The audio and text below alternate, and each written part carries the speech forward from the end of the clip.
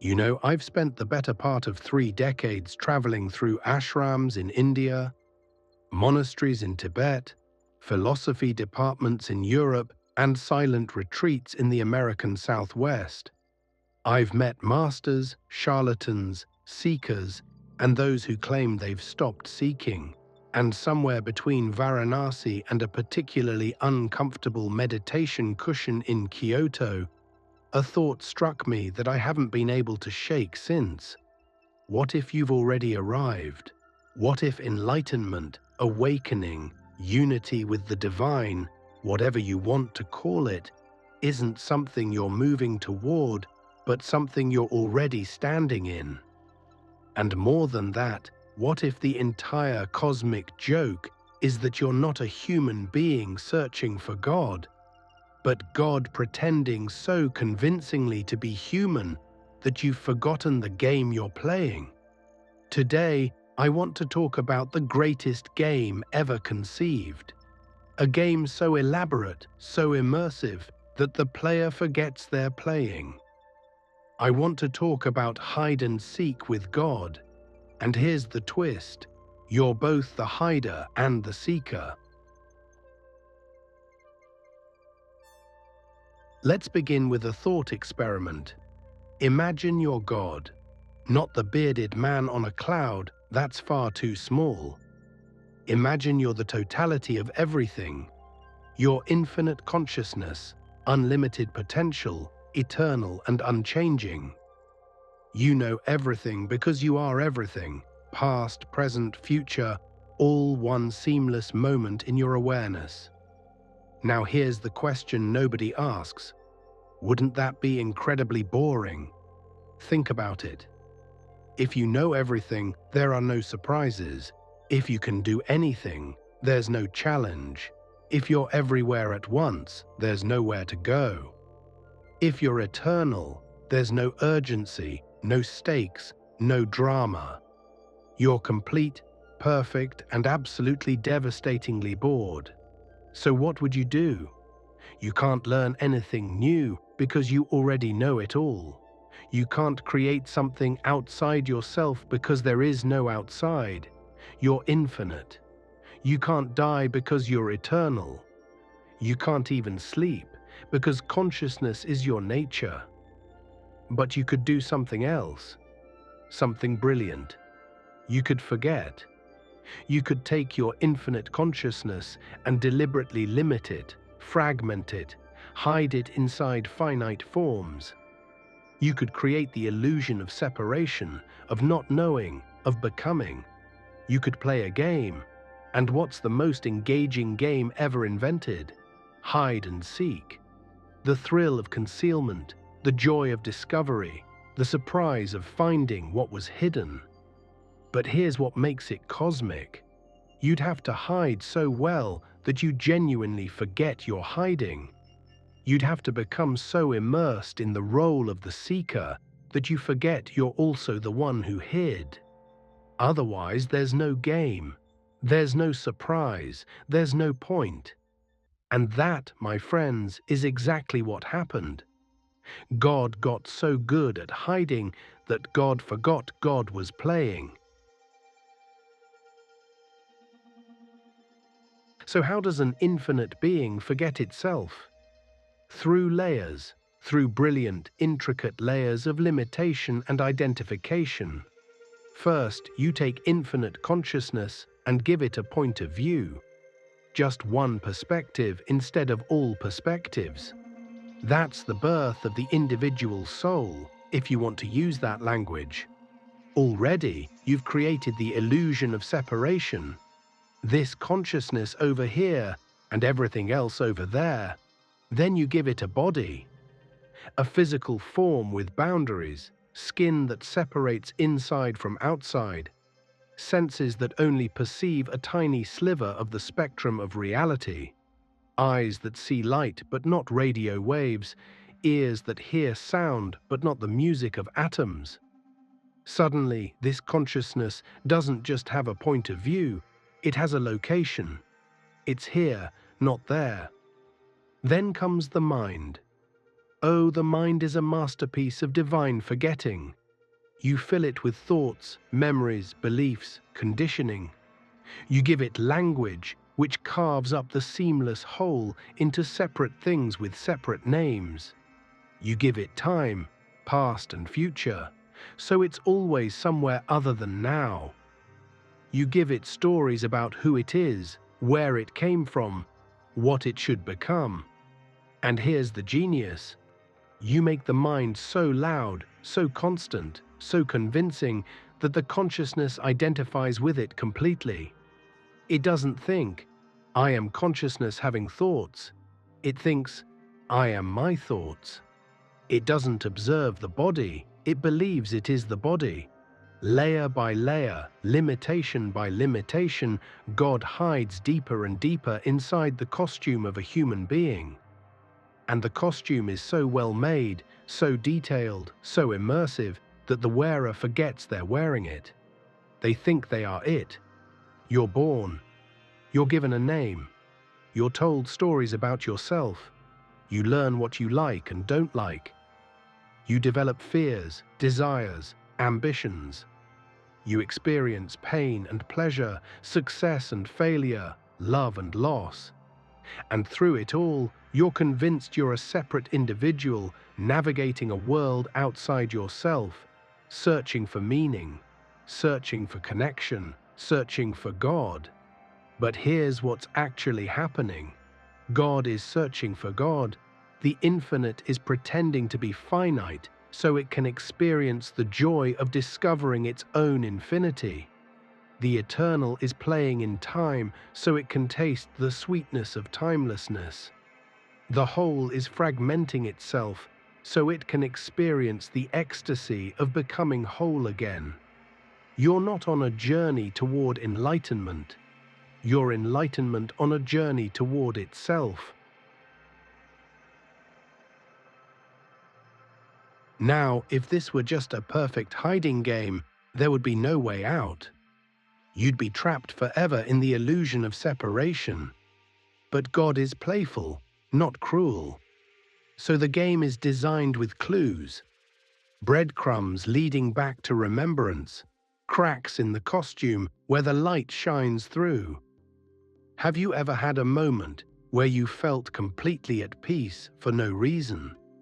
Where the constant mental chatter just stopped, and there was only presence, only being? That's a clue. Have you ever looked into someone's eyes and felt a recognition beyond words?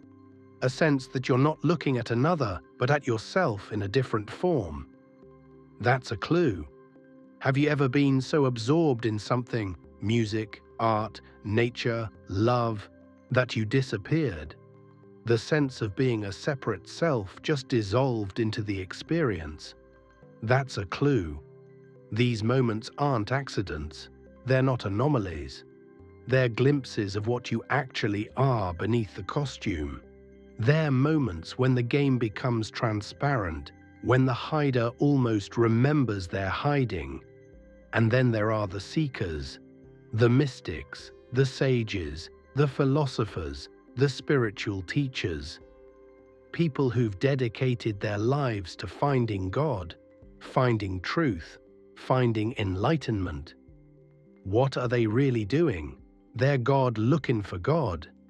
They're consciousness trying to remember itself. They're the universe waking up to its own nature. But here's the beautiful irony. The seeking itself is part of the game. The spiritual path, with all its practices and disciplines and stages, is God pretending there's somewhere to go. Meditation is God sitting still to find God. Prayer is God talking to God. Enlightenment is God recognizing God. The journey is real. The effort is real. The transformation is real. But it's all happening within the game. It's all God playing with God. Consciousness exploring consciousness. The infinite dancing with itself. So what happens when you arrive? When you have that breakthrough, that awakening, that moment of recognition where you see through the game? when you realize you're not the character in the story, but the awareness in which the story appears.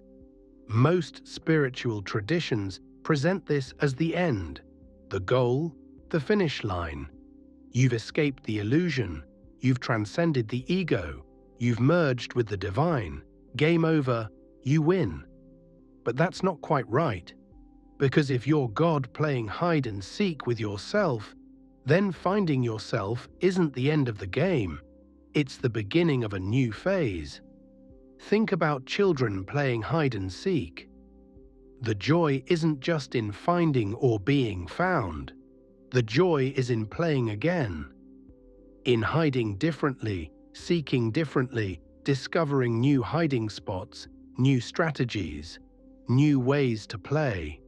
When you recognize your true nature, when you see that you're the infinite temporarily wearing the costume of the finite, you don't stop being human. You don't disappear into some formless void. You continue to live, to act, to engage with the world. But now you're doing it consciously. You're playing the game knowing it's a game. This is what the Zen masters mean when they say, before enlightenment, chop wood, carry water. After enlightenment, chop wood, carry water. The actions are the same. The life continues, but the relationship to it transforms completely. You're no longer desperately seeking because you're no longer lost. You're no longer afraid because you know you can't actually be harmed. The real you is infinite and eternal. You're no longer grasping because you recognize you're already everything. But you still play, you still engage, you still love, create, explore, experience. Because that's what God does. That's why the game exists in the first place. Enlightenment isn't an escape from life, it's a deeper engagement with life. It's not the end of the game, but the moment you realize you're both the player and the playground. You're the seeker and the sought, the hider and the finder, the question and the answer. And with that recognition comes an extraordinary freedom. You can play fully because you know it's play. You can take it seriously because you know it's not serious. You can care deeply because you know nothing can truly be lost. So here's what I want to leave you with. Right now, in this moment, you might be God so deeply hidden that you've completely forgotten. You might be the infinite consciousness so brilliantly disguised as a finite person that you genuinely believe you're separate, limited, searching for something outside yourself. Or you might be starting to remember. You might be feeling those cracks in the costume, those moments of recognition, those glimpses of what you actually are.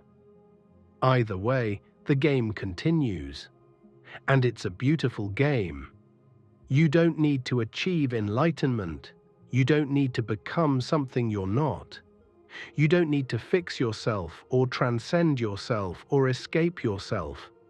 You're already the totality pretending to be a part. You're already the divine pretending to be human. You're already home pretending to be lost. The question isn't how to reach the destination.